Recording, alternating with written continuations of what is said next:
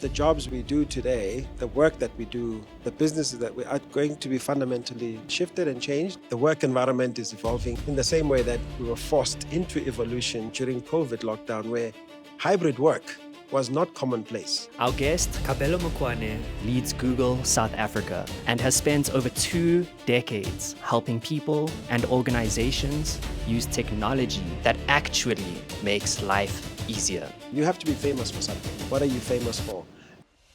In this crowded world where everybody's shouting at their rooftop, how is your voice going to be heard? I do have a lot of friends that are in the film and creative world. One of the things that's on their mind is the copyright concern. Intellectual property. How do we solve that problem? Yeah, I'm marinating a bit now on this one. Africa is very relationship-centric, and it's a relationship-driven economy.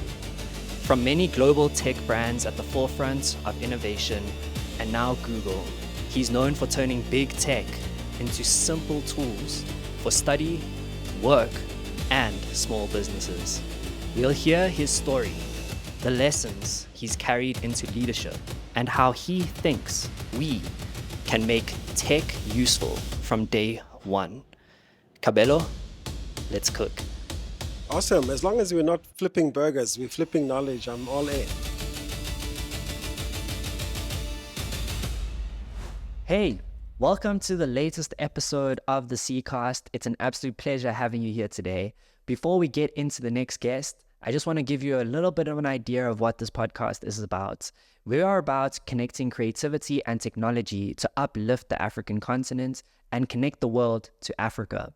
What we do is we chat to members of our communities. We give them a platform to share their story and to share how they are connecting Africa to the digital economy and the world to Africa. So before we get into this next guest, if you like our content, I just want to remind you to like, share, subscribe, and leave a comment down below about what you think about the conversation. If you want to get more involved in the community, you can also join the WhatsApp group by scanning the QR code. In this group, we'll be able to share opportunities, knowledge with you, and you'll be able to meet other like-minded people of the community. So yeah, we hope to see you in the group soon. Until then, let's get into the episode. We came here for the secret ingredients because you've got much experience in the business world, largely in the tech space. And I think the first question that I have for you, Kabelo, is what moment made you think that tech has the capacity to change real lives at home? Well, if I reveal my age, right, it was in 1992, when I first met a computer. And guess what I met? It was just a black screen with a blinking cursor. Wow. And then I was staring at this thing, and it stared back at me, and we couldn't talk to one another. I didn't know what to do, where to begin. Anyway, cut that story for another day, save it for another day. Fast forward to today, little did I actually realize that the profound impact that technology would have, not only in my life, but with all the people that I've come across in different spheres of lives, in different engagements and endeavors, etc. Safe to say that most folks take it for granted today that we walk around carrying pocket PCs, right? And these pocket PCs have got such immense power, from how people start their businesses, how they juggle through appointments, how they get from point A to point B using those pocket PCs. Unlike the one that stared at me, didn't talk to me. These ones even talk to you, so you can give it voice commands, and it responds. It understands you to the extent that you give it permission to understand you. And I think where we find ourselves now, these pocket PCs have evolved to become our digital personal assistants, our digital personal agents. Enter the world of agentification of AI. And this is really where we are today. And it's affecting, impacting, enhancing, accelerating different things in life, from a farmer who wants to sell crops, a subsistence farmer who wants to sell their crops and wants to get access to pricing information, wants to get access to markets through their mobile phone, to students.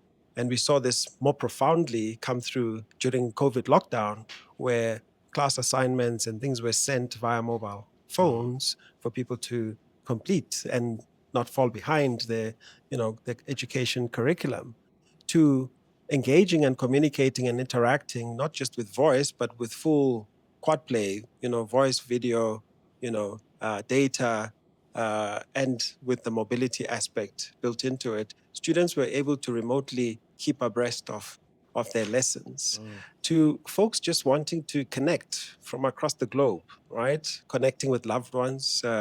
And again, during lockdown, this was more profoundly felt, and people needed a mechanism, an outlet to communicate and even visualize, what their loved ones look like.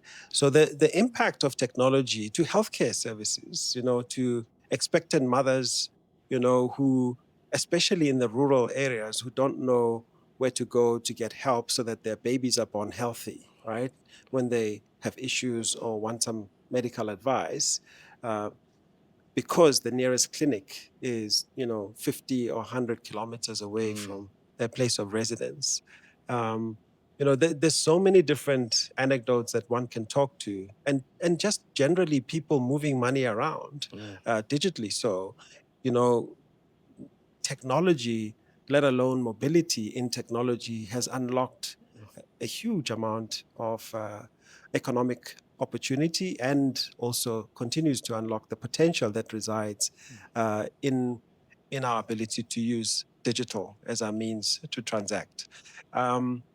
I guess one of the most popularly quoted uh, anecdotes, examples of that is mobile money, right? If you just look at the impact that mobile money has in some countries which do not have a banking infrastructure or banking system to talk of, mobile money is the bank, right? And it continues to power economies. I know that in countries like Kenya, Ethiopia, and the like, when the mobile payment system shuts down, the country almost grinds to a halt because people cannot transact. But let me stop there, because we're not flipping burgers, we're flipping knowledge. So flip me. Let's go. Let's go. I'm so glad you talked on mobile money, because I think a lot of the time the world globally looks at Africa and they see us as undeveloped. Yeah. And that's largely due to the fact that we deal with a lot of challenges on our continent. Yeah. And we always talk about on this podcast about creativity. Yeah. And I have a theory. My theory is that one of the reasons why we have the most creative people on our continent is because of the problems that we face. Absolutely. The challenges that we face create a box that we need to work within. And when you work within those limitations, it forces you to be creative. Yeah. So a lot of people will look at inventions such as mobile money and they'll assume that it comes from these places in the West. But meanwhile, it actually comes from places in Africa and gets that same technology. Yes. Places in the West will look at what we've created and try and translate it in that space because it creates so much value. Yeah. So I'm so glad that you touched on that, because I think it just kind of flips the narrative in terms of our continent and how we are, a part of the global evolution of technology. Yes. Talking about technology that solves challenges, right? Yes. You, on your daily basis, you're creating technology that helps people solve problems. Yeah. What is the biggest problem that technology has helped you solve? Me personally, I think to the smallest of things, when I look at just how I manage my life, I tend to be a little bit more, I tend to do better when I know what's going on and I have a little bit of structure. And if I were to remove my personal digital assistants from the equation, my life would be very chaotic. So I diarize everything on my device. That's just on a personal scale. But if I think about also things that find application in broader society, it's learning, right? I'm literally, at this point in time, going through high school again. You know why? I got teenagers, and they're taking me through my paces as far as relearning what I actually didn't cover quite well in high school. I hope your teachers during are my watching days. this. And when they come to you, they come to you, right? You can have a very embarrassing moment, or you can have a very productive, fruitful moment. And I found that with Google guided learning, for instance. In fact, my daughter was saying, "Dad, stop punting your stuff. We know you work for Google, but in today's terms, she's using all of that technology to really, really accelerate how she learns and how she synthesizes information. Um, and what's particularly useful about it is that it's not just going into an AI large language model and asking it for answers. This is different. It actually pretends as if it's a teacher engaging with the student. It prompts you to think. I prompted it the other day and I said, explain photosynthesis to me. And it answered me back and it said, well, what do you understand about plants in general and how they live and how they generate, and produce seed and fruit and all of that? What do you think happens? I was like, oh, okay. I didn't think about that. Well, I thought, well, plants are living organisms. They breathe like we do and so on. And then as soon as I said breathe, what do you think plants breathe in? What element, do plants use to survive? And I gave it the wrong answer. I said oxygen because I was thinking like a human, right? And he said, no, try again. It was quite polite for that matter, right?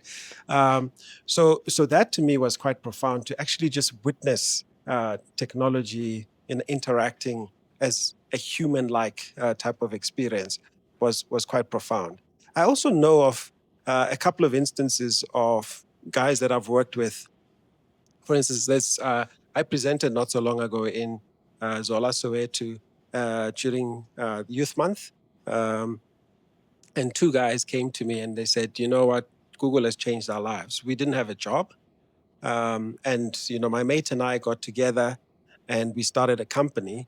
And we actually used to work, which was even more to your point around adversity, breeding ingenuity.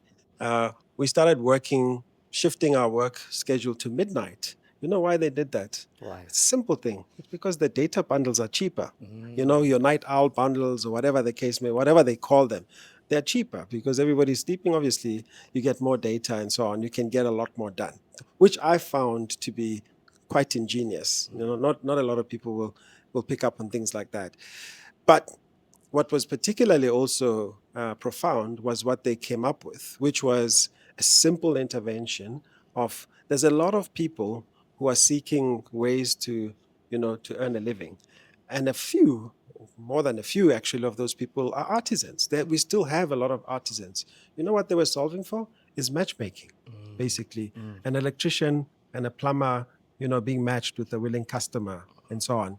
In a township, it becomes even more complicated, especially when you're talking about people in informal settlements and so on, to access, those types of artisanry type of services. And that's what they built. They built a platform that does matchmaking, but it also creates the ability to be able to evaluate and get reviews on someone who's done a great job, right? Because there's also fly by night guys. You just come in and say, no, I'll sort you out, my friend. Just leave me alone now. Before you know it, you're flipping a switch and the whole house explodes, right? So that thing was just a simple thing, but it's just profoundly changed a lot of people's lives, not just theirs, but the people that they're helping to get access to clients, and the clients whom they're helping to get access to service providers who do this type of work. I thought that was quite profound. Wow. Yeah. I think the thing that was profound for me, what you just mentioned in the beginning of what you were saying around how you use technology to organize and schedule your life. Yeah. When I think of technology, a lot of the time people are pushing the features, right? Yeah. So it can output this many characters, it can read this much text and summarize it this much. And I think because a lot of people operate in tech, we think logically, we think with numbers.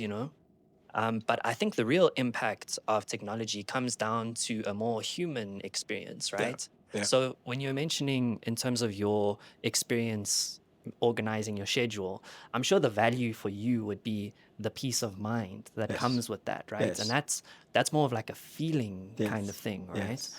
And that's what I think is amazing about this technology is Absolutely. when I prompt AI, the thing that I find super interesting is how it's sort of like a mirror in a Yeah. way. Yeah. So just like you're saying, it asks you these questions, Yeah. which now makes you think, which creates this very interesting engagement Yes. of technology and humanity. Yes. And I find that very interesting. And it creates a lot of feelings. And Yes. there's a lot of people that have been speaking about, these LLMs and how they Yes. use it for mental health awareness, for Yes. example. Yes. There's a lot of controversy around there. Like with any new technology, there's going to be a situation where you have to kind of feel it out and adapt and learn, right? Yeah, we go through teething problems. Yeah. Yeah. 100%, Yeah. right? So, but I think, when it comes to that experience, right, a lot of people are diving really deeply into that kind of use case. Yes. And I think a lot of it has to do with the way that it makes you feel. Feel. Yeah. One of the feelings that a lot of people feel when it comes to technology is fear, Yeah. especially when there's something new. Yeah. So, someone who's like, you know, employment is a massive Yeah. challenge that we're dealing with in South Africa. Yeah. What's your perspective in terms of this technology entering the environment and people that are fearful, whether it be it might take my job or, some people, a lot of parents as well, they're fearful that their kids are going to now use this technology and it's going to influence them in a bad way. What kind of message do you have for them being someone who gets to see the back end side of the tech? I love that question, and I'm glad you asked that question because it's top of mind in every single engagement and every single forum that I'm present in. And just to let you know, the challenge is actually that the worry or the fear should not be about technology replacing humanity, because I think humans will continue to evolve, right? The biggest worry should be the guy who's going to get the gig is the guy who augments with AI and technology, right? The guy who doesn't get the gig is the guy who's still stuck in the past. Much like the advent of the internet, right? People who had those tools at their disposal became much more efficient. They had access to a lot more information and they could do so much more, right? Than people who don't accept. And that's why we've been trying to solve the perennial challenge of the digital divide and digitally marginalized people not being exposed to as much economic opportunity, because just by being in the cyberspace you are exposed to so much more, and you can identify so much more opportunities for you to do interesting things, innovate, create new products, create new spaces that people didn't even think about, or even just in terms of the entertainment side of things, right? Mm. So I think that to be fearful of technology, with the pretext that it's going to replace humanity, I think is kind of natural for human beings to feel like you're saying, we're afraid of things that we don't know. Our brains are programmed and conditioned to make sense of the world. Anything that detracts from what I know is immediately identified as red alert, Right. right? Yeah, it's right. So we are that primal when it comes to things. But when you recognize the fact that if it took me, for instance, and this is one of the challenges that academia is battling with, how they integrate AI technology and these large language models as part and parcel of pedagogy, as part and parcel of the teaching process, as opposed to strangle them into oblivion, right? Which is not going to happen. The genie is out of the bag, right? And people are using these technologies, students and people in the workplace and entrepreneurs alike. So fundamentally is look at opportunities for how this technology will accelerate whatever it is that you're doing, whether you're in the legal practice. I was talking to actually our lawyers just yesterday on a matter, and they brought me, and this is true story. They brought me an affidavit which was 100 pages, right, to sign, and I was like, "Wow, guys! First and foremost, that's a lot of trees that you've killed here, right?" But secondly, um, I was just asking the question: when are we going to get to the point where I can do this digitally, right? Because we've got tools that enable you to digitally sign documents, but let alone that, for them to actually put together an affidavit with all the annexures, etc. Somebody had to go and research reams and reams of paper to get to a consolidated, let's call it document, which is fit for purpose, right, for what it's meant to serve. And that to me is going to be the differentiator, even in the legal fraternity, for people who are embracing technology. Like, for instance, technologies like large language models like Notebook LM can help you to take all of that case law. In fact, you can import as much case law as you have at your disposal, and the AI agent is able to, AI tool is able to help you synthesize and summarize that and pull out the salient points. Right? It's not going to replace you. You still need to apply yourself, apply your mind to, is this the right case law? Is the interpretation of the AI correct in terms of context, right? Contextual relevance and awareness. And yeah, most of the time it's pretty accurate, but it still requires. So we kind of almost like move to a higher order of what we do, right? As opposed to, kind of being bogged down with mundane tasks of printing stuff out and getting documents, annotated and signed and all of that stuff. We could be doing a lot more cerebral type of work because we hardly use 10% of our brain capacity as the stat goes, right? Yeah. So that to me is the one dimension. The other dimension is the fact that much like all the previous revolutions we've seen, they were met first with skepticism, and then people go through their trough of disillusionment, and then suddenly it's a hype curve and people are excited about it, and so on and so forth, right? Industrialization has been happening throughout our lives. Fast forward from, let's call it the 4T1 era to now, where we are talking about, technologies like Waymo, driverless, completely autonomous and driverless vehicles. No one thought we would get to this point. It was stuff that was the preserve of sci-fi movies. What's that famous one that, the guys used to have the slick sports car, and it used to fly off. If you remember, I think they tried to bring it back, and that funky, eccentric professor with the white hair.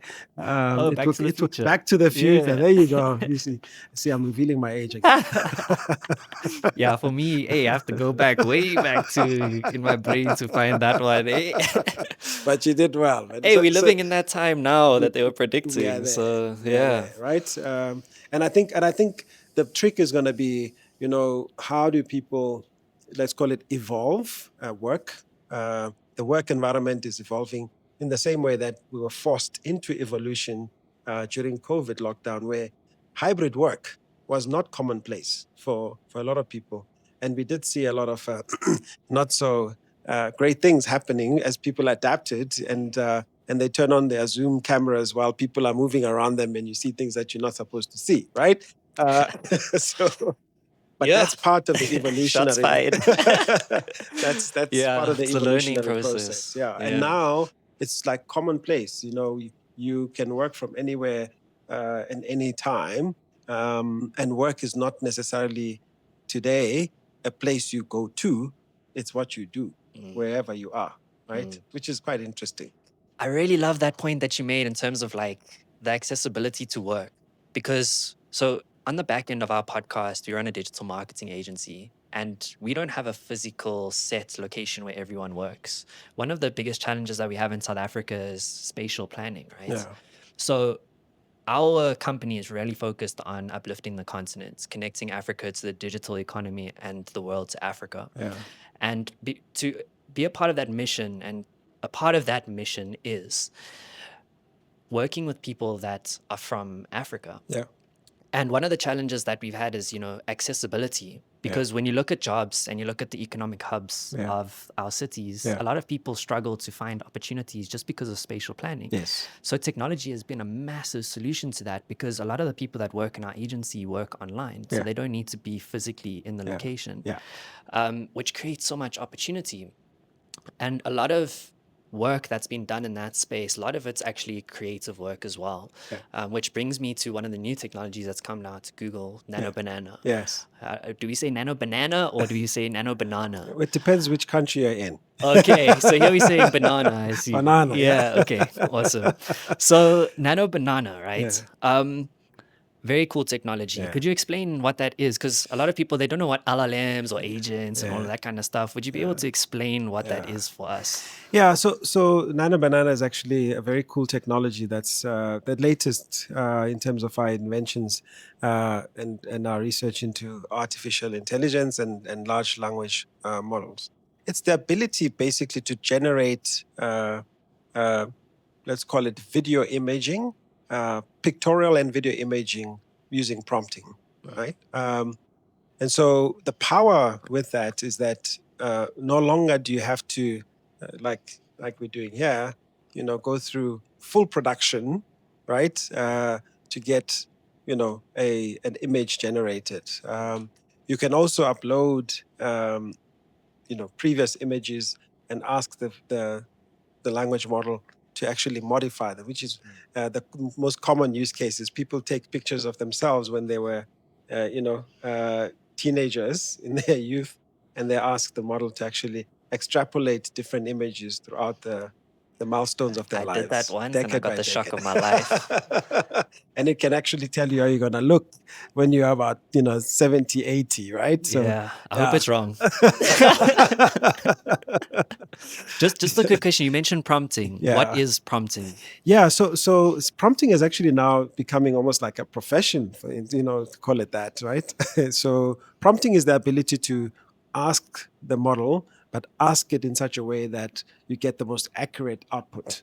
Because while these large language models have access to a lot of almost an infinite amount of information, you need to help it to sift through and find the right pieces for you, and that depends on how well you actually prompt it. But having said that, Josh, the piece is that with AI mode now, which I use a lot as part of my searching and all of that, with AI mode, Nano Banana is embedded there, right? So it's just literally a drop down, and you can select that as one of the services that you want to use. But beyond that, what's really really cool is that when you are searching, right? If you start with search, right, and you evolve into chat with an AI model, when you are searching, it also gives you a few prompting questions. So built into it now is the ability to say, much like you and I having a conversation, it's like, have you thought about this, right? In this discussion, what about if you did it this way, or if you went and modified it like this, what better outcome would you get, right? Or does this other piece of information add more value to the subject matter that you are working on? I find that to be extremely useful, because now not only am I the one who's trying to be creative and prompt the thing, it's also now helping me, to look at my blind spots and say, maybe you haven't considered that or the other, etc. Which is really really cool. You mentioned like this is really cool. I'm actually really keen to try out AI mode. Before you start explaining, you actually mentioned when you're talking about Nano Banana, you mentioned something that kind of scares me a little bit since you're talking about fears and technology. Yeah, You mentioned how we here are sitting recording, yeah. right? And how this technology can now create Can without having to create do what you're that. recording. Yes. That's a bit concerning for someone who's in the creative space. Like, what message would you have for that person? Actually, instead of being concerned, I think the creators must look at it from a perspective of saying, how much more can you get done? So part of the creative process, which you'll be much more familiar with, is going through cuts and iterations, right? As you create your content, uh, your inventory, from a creative perspective, goes through iterations. And iterating at pace and getting your content out there is one of your problem statements, right? You don't want to be spending time, reams and reams of going through iterations and iterations to get your content published. So that in and of itself accelerates your time to value, right? As one. It doesn't take away from the fact that you still need to come up with the clever things, the clever topic, the clever content that you want to put out there.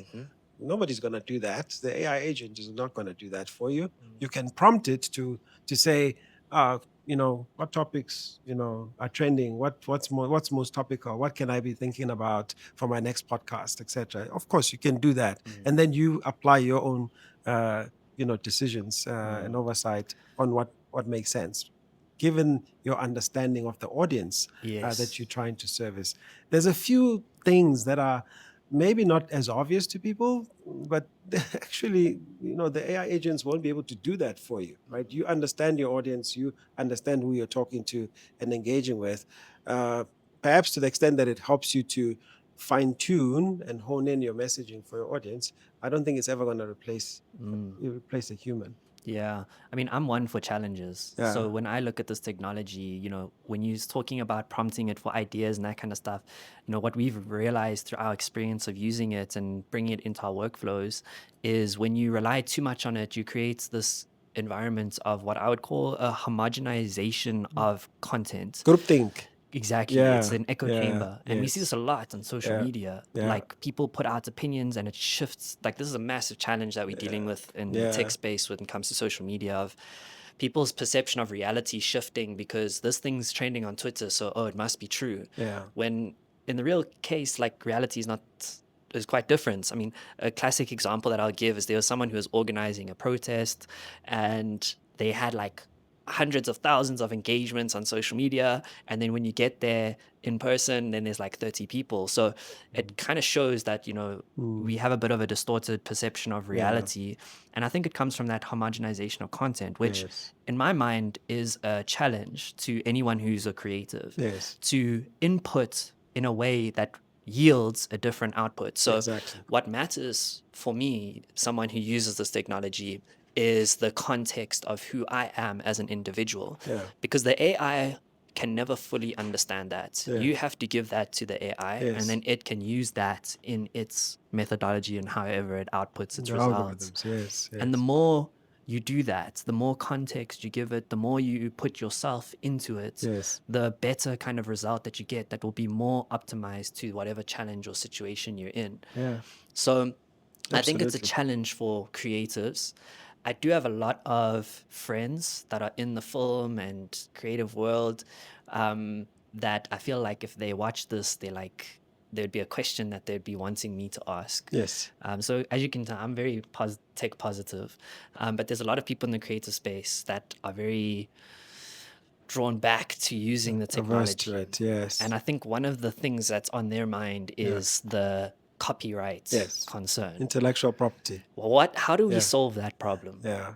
So, um, so one of the primary sort of principles that we are now embedding in all the large language models that we build is the ability to identify AI generated content versus non AI generated content, and that's the beginning of solving of that problem, right? So Synth ID is a technology that we're using now, where you basically get a watermark that tells you that this is AI generated, right? What that does is that you can then be able to, as a user or consumer of content, be able to distinguish, what comes from original IP versus what's generated through a model. Uh, Take that a step further, moving beyond that, the creator and the creatives, of this content have a leg to stand on, because that content is clearly distinguishable now from AI generated content. Because ultimately, at the end, intellectual property is something that we need to continue to protect, because that's people's time, effort, and ingenuity, which I think deserves to be rewarded. And so I think we are at the beginnings of, much like when there's the advent, when there's a quantum shift in technology, when there's a tech revolution, there's always challenges and teething problems, and then we figure out solutions for how we mitigate and solve for those problems. But it's something that's very high on our agenda as a tech, multinational to solve for. Sure. Yeah. I think a lot of people have a fear of like the process of getting to the solution. Yeah.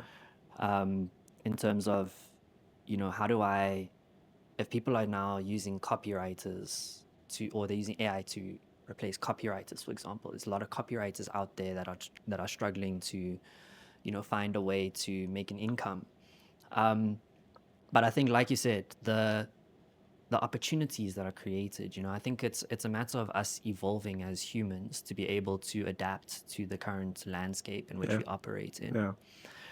yeah, Throughout your journey, and it's not every day that I get the opportunity to speak to someone who's got the experience that you do leading such a big organization. yeah, And for someone who's an entrepreneur myself, who's yeah. trying to build my own company, what was the what was one time when you just felt like you were just getting cooked? Like things were just not working out. What is like the biggest challenge that you faced on your career journey? Sure. Man, that's a tough question, eh? We were talking about being thrown in the frying pan. We had to. I'm marinating a bit now on this one.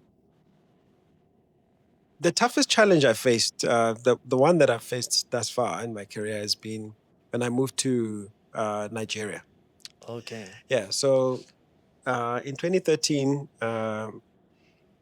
I was with a different OEM at the time, a global multinational as well, and I was asked to go and set up shop in Nigeria. Um, and from a career perspective, a lot of people, when I did that, because I was very successful where I was in South Africa, um, and a lot of people said that's career suicide. Why would you do that, right? You could just build on your current success. And call me a sucker for punishment, but I've always kind of wanted to stretch myself and build new muscle, right? And that was a challenge of monumental proportion because um, different market, you don't know the market, you don't know the people, you have to assimilate into the culture, um, and also start a business, with all those different dynamics. Let alone the fact that at that time also the macroeconomic situation was not that great. So you're dealing with currency volatility, you're dealing with all sorts of other things as well from a financial and macroeconomics point of view.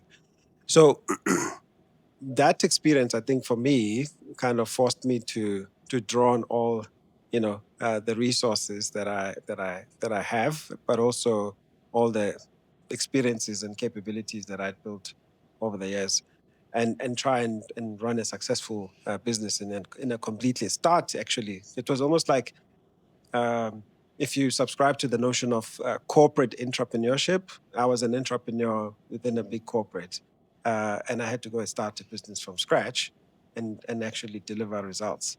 I mean, I spent 4 years. Needless to say, I spent 4 years, almost 4 years in Nigeria, and yeah, I'm glad to say that the business is still running. Yeah, Nice. yeah. That's a good sign. Can you take me into one of those moments when you were like, geez, this is hard right now? Yeah, well, I'll share a true story. One that remains kind of very funny till this day. So on my first day on the job, my assistant comes to me, and she's in a flat panic. I'm like, "What's going on?" She says to me, "Have you looked at your diary, sir?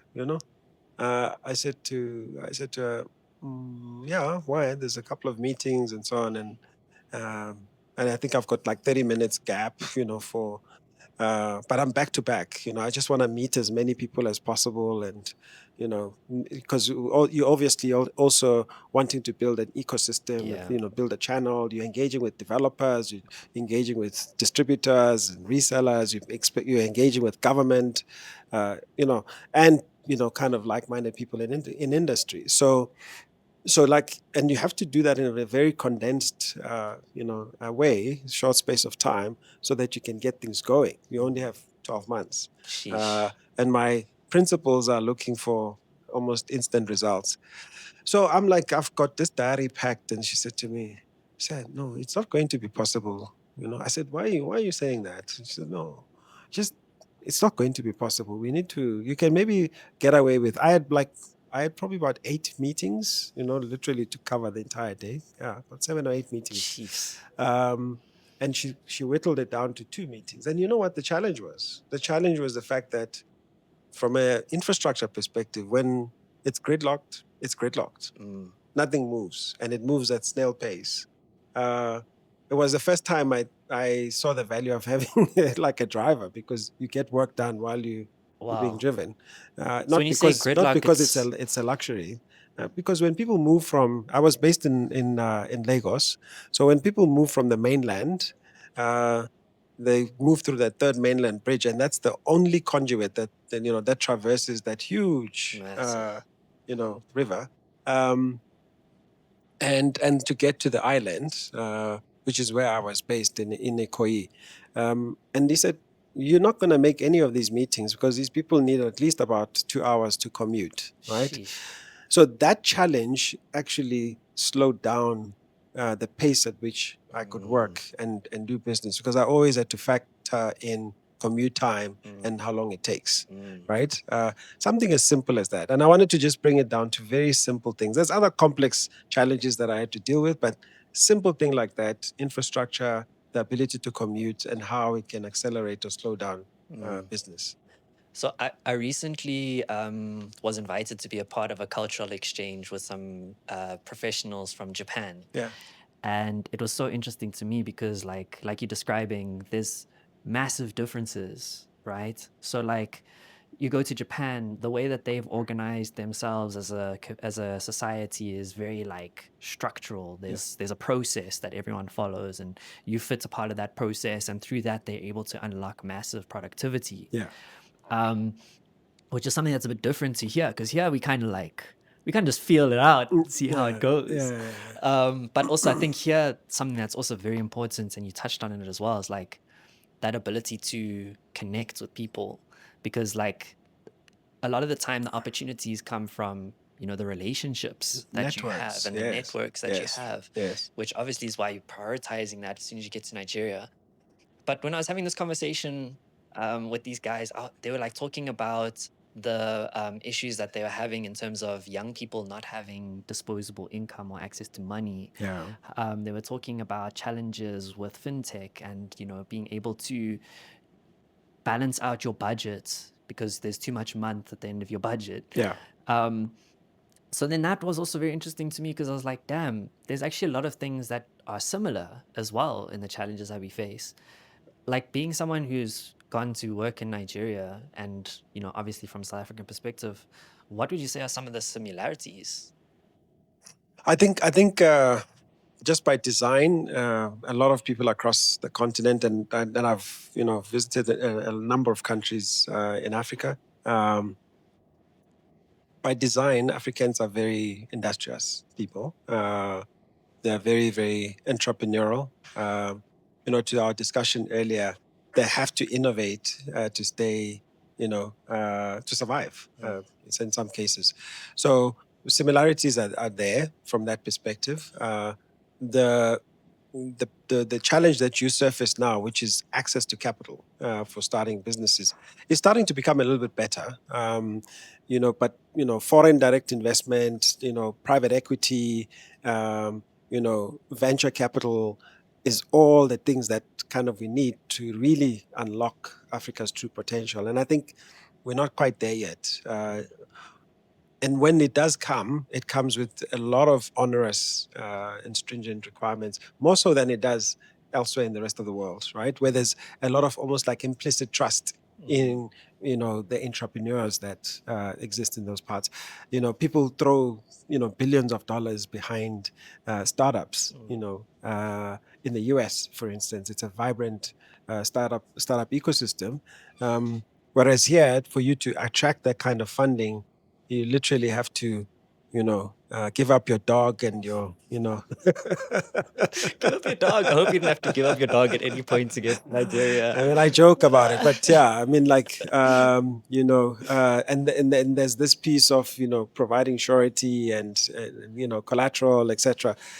I think that if we get more liquidity in the system, I think it would really catapult us creating more job opportunities by supporting small, medium-sized enterprises.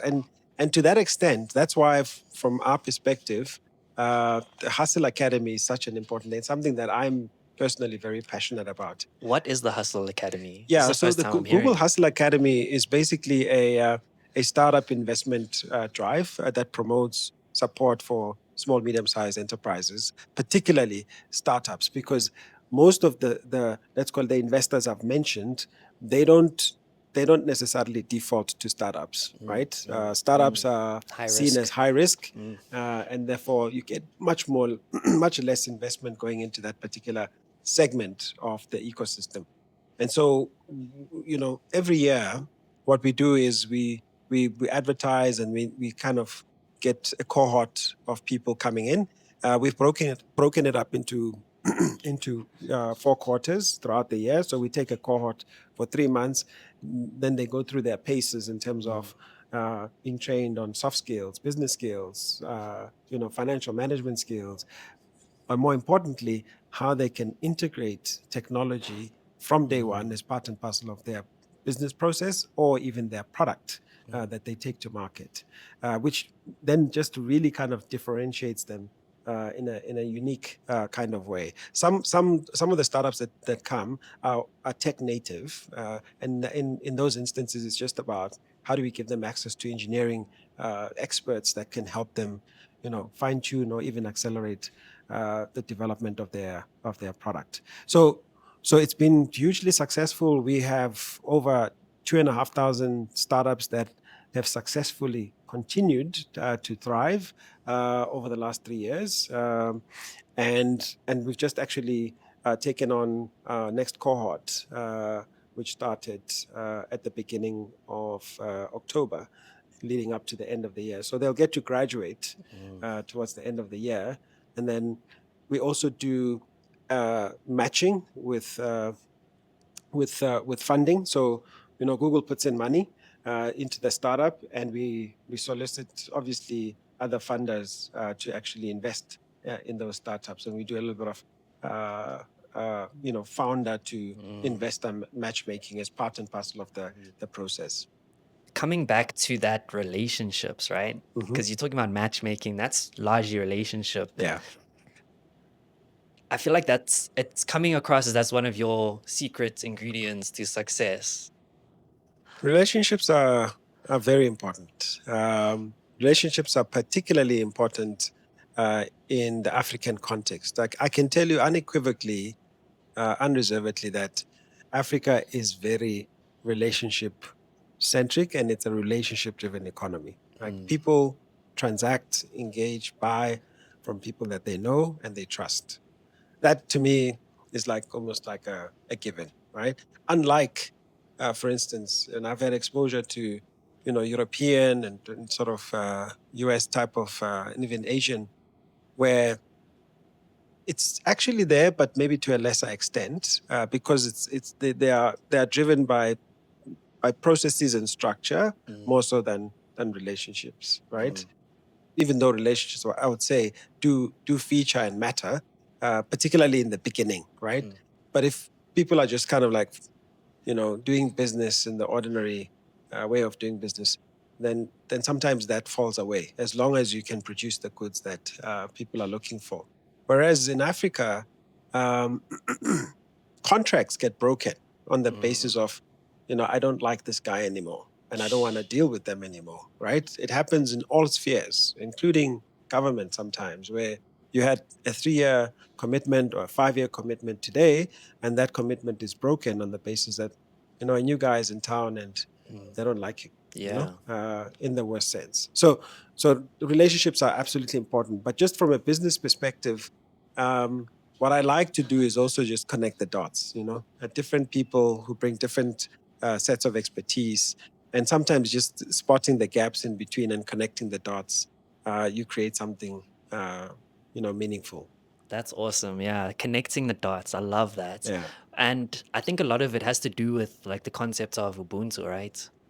I am because you are. Oh, yeah. Um, and I think that is, yeah, I love that term that you used, that we are a relationship driven economy. Like, Yeah. that's the first time I've ever heard that. I think there's Yeah. something in that. Yeah. For someone who's starting out or someone who's been in the space that has aspirations to be on the level that you are at, what kind of advice do you have to give them when it comes to nurturing and creating those relationships?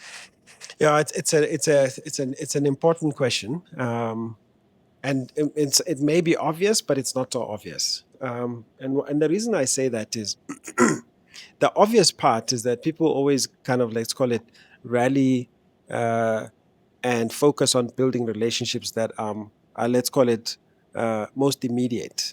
By that I mean people that have access to finances. I'll obviously seek out, as a startup, I'll seek out people that can invest in me and invest and give me money to do what I need to do. The second, most obvious thing about relationships is the people that are going to buy your product, right? And in that case, it's access to markets. The less obvious things is just exposure to, people with knowledge, right? People with insights, and that can expose you to certain things that you never thought of. Mm, And that's why I encourage people in, particularly in the startup community, to network. Sometimes uh, it may not be obvious what the value of attending a conference might be, but you never know. You might meet somebody there who knows something that you need at that point in time, and before you know it, you've taken your business to the next level. mm, So meeting people and creating opportunities for you to broaden and widen your relationship network as much as possible is absolutely vital. The unintended consequence of that, unless you are consciously doing it, is also around managing your brand. mm, So, brand management talks to being top of mind. mm, It talks to also making sure that at any given point in time, people can reach out to you. mm, You're accessible, and you are known for something. You have to be famous for mm, something, mm. right? As one person always used to tell me, "What are you famous for?" And in this crowded world where everybody's shouting at their rooftop, how is your voice going to be heard? Mm. And being famous for something is how your voice gets heard. Yeah. Wow. The whole reason why we're here today is because of what you're saying. Like people look at our podcast, they wonder Yeah, how we get the guests we get. yeah, It's literally in what you've just said. yeah, It brings me back to AI, yeah, right? yeah.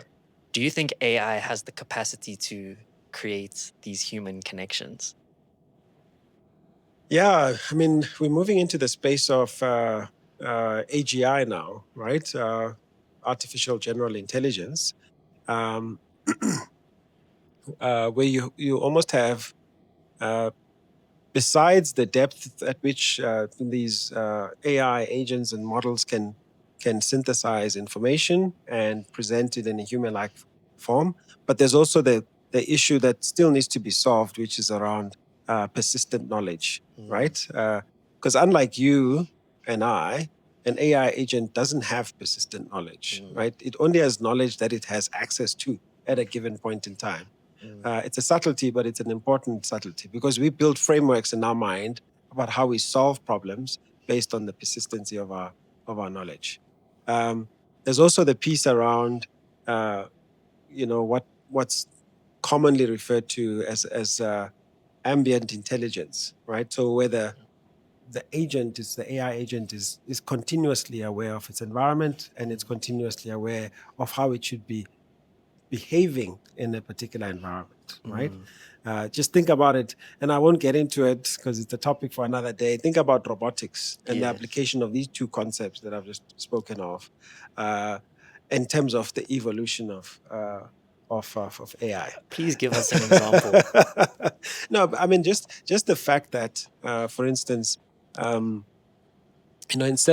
instead of you always being instructive to a robot can take decisions based on its awareness of its environment, right? Mm, If it's a robo nanny, for an example, before a child hurts themselves, it can actually jump in to rescue, as opposed to mm. ask you, is Should is I? this is this child safe? Should I do something about this problem that's about to? Because it's probably Mm, got the knowledge, but it mm. doesn't have the Application. the application or even the awareness, the self-awareness, which is something that's unique to human beings at this point in time. And I'm Wow. I'm not sure if it's going to stay that way. I don't know. I don't want to make any predictions. I guess we'll have to wait and see on the next episode. No, that's awesome. Hey, Yeah. I think just to also touch on that human connection, I think it really has to do with how we use it Yes, because absolutely. it's a tool. Just Yeah, as this fork that I'm yeah, holding in my hand, yeah, it's a tool. I yeah, can use it to poke someone yeah, and hurt them, or I could use it to yeah, eat yeah. and feed myself, nourish Yes, my body. yes, So like it depends how we use it. I think for us, what we're looking forward to is using it to build connections with yeah, other people. yes, So like through, like you mentioned, the capacity building, yeah, you know, now that we're able to take on more clients, we have more resources involved, why not use those resources to host an event where we can network with people in our community and connect the dots, as you say. yeah. So I think it gives us capacity to do more, and I think that's what's exciting for me about it. Yeah, I mean, like we always thought that, like, to the point you made earlier, the gig economy is something that's out there, in the stratosphere.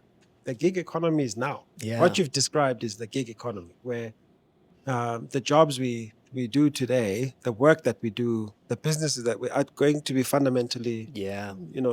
shifted and changed. Uh, but it's based on the fact that there's the ability to connect in different kind of ways, right?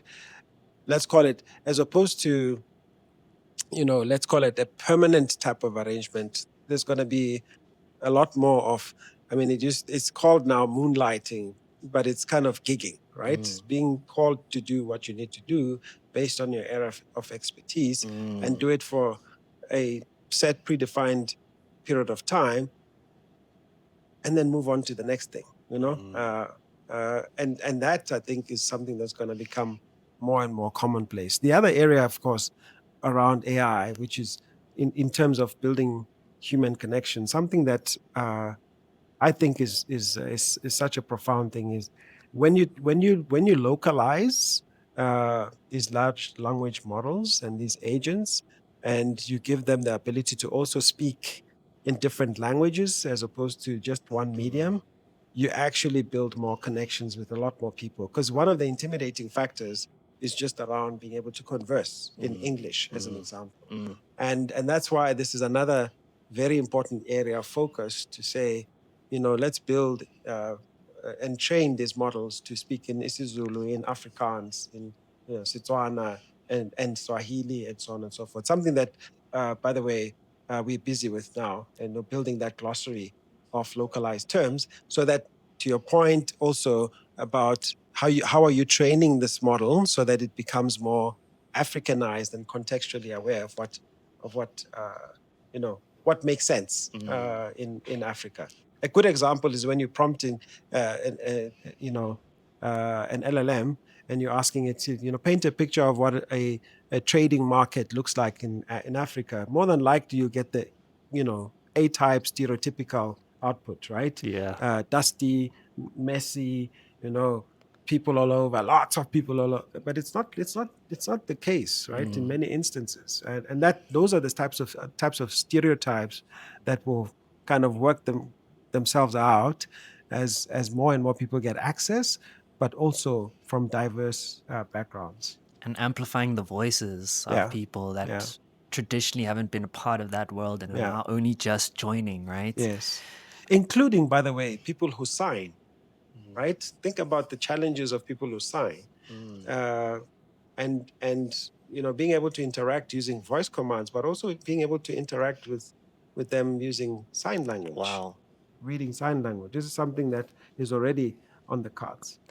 One of the things I'm most excited for is for us to have unlocked the technology that allows Uamkus to now have a nice conversation with Malume Tsepo about the context of our country and where we can Yes, go forward. I think there's absolutely. so much, you know, we that language barrier Yes, holds us back so much. absolutely. And I'm so keen to like for us to overcome that. Yes, Um, and you're kind of inferring to one of the next evolutions of AI. I mean, we it's under the umbrella of Project Astra, where you know you can do real time translations, and you can speak in different languages, and the AI creates that connection and lowers, to your point, removes that barrier of language. Speaking in Mandarin to Umkos, who's speaking in Afrikaans, and we both understand one another. Yeah. That's like next level cool. Yeah. Yeah. I'm so keen for that. I want to ask one last question with regards to the work environment and the evolution of that. You mentioned moonlighting. Yeah. Can you just explain to us what moonlighting is? Yeah. And after explaining that, just kind of give us a sense of how you're preparing yourself for that new world of work. Yeah. It's such a complex topic, it's such an important topic. And I'll give you a bit of an anecdote. When I was working outside of South Africa and other parts of Africa, it's common knowledge that people do moonlighting. In fact, there's a term in Nigeria, they call it PP. Okay. Right? Yeah, or private practice. Yeah, okay. I thought you were saying something else for a second. I'm glad you clarified. No, not that PP. So you get a lot of people who are in formal employ, but being, by night seamstresses, running restaurants, running, in the eateries and so on, or some form of hustle, transportation, taxi drivers, you name it. And we are seeing it now. I mean, just as a matter of fact, with the e-hailing services, a lot of people, do that while they hold down a formal and normal job.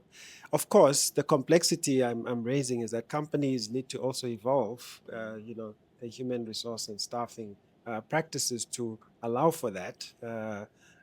And to embrace it to some extent, to a large extent, actually, because if you think about it, even just from a Google perspective, there are lots of very, very smart guys who have coding skills, engineering skills, etc., that could be accessible to us, as long as we create the space to be beyond, let's call it hiring in contractors.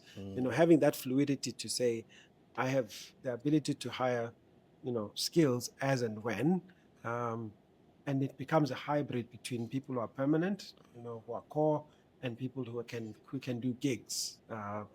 It's evolving. It's an fast evolving space, particularly where there's a shortage of scarce skills. It's something that's evolving and happening right now. Wow. Yeah. And journalism is a very good example of it, right? Because you get a lot of, journalists who write for media agencies and big and large publishing companies on an as and when ad hoc type of base. One of the questions that I often ask guests, because it was something that I was wrestling with a lot, was like that thing of, do you become a master of one specific niche, or do you become a jack of all trades but master of none? And I think there's certain people that are more inclined to be good at different things. Specialists, yeah. And then you obviously get your specialists as well. And a lot of the time, like, I don't know if it's just previous mentors or other experiences that I had, but a lot of my experience was that you kind of had to choose one thing. And I think it's probably something that's ingrained into our education system. If you look at like universities and all of that stuff, you have to choose one major and one degree, and there's not much room to kind of explore multiple things. So for me, this is very exciting because people that are able to develop skills and have interests in multiple different spheres, there's now actually a place for them to operate. Exactly. Yeah. So having said that, when you need someone who's specialist in digital marketing space, you know who to call. Okay. I'll keep that plug. I'll keep that plug in mind. Awesome stuff. Thank you so much, Kabelo. This is such a great, insightful conversation. The pleasure is all mine. And I'm glad that we could flip some knowledge burgers here. I was about to say, I hope you didn't burn any of the patties. You get to the barber or the salon and you wait and wait and wait. But then I thought to myself, well, if you're a lady and you have to sit here, even if it's just one person in front of you, there's no way you can wait for that one person. At least 3 hours. So I was like, okay, let me go home. And I couldn't find any local tool that was managing appointments and things like that. There was not a single tool. The tool I could find was like, these are companies from the UK and the US. How's a US company after making like over $35 million a year, and they still want to market share in South Africa? Like, come on, guys, let us build and own our market share. Emmanuel Omokebe saw something all of us know way too well. Today, we're cooking with common sense. He built Swift Booked, which is a tool that fixes that. Business isn't actually about what you're doing, but it's about who you are. You can't just allow life to give you something and you just say, okay, cool. Give you something, you say, okay, cool. Every time life hands you something, you just say, okay, cool, and you accept it. Like, no. If you run a side hustle, a salon, or you're just tired of queues, this one is for you. Grab your spice, Emmanuel. Let's cook. Awesome.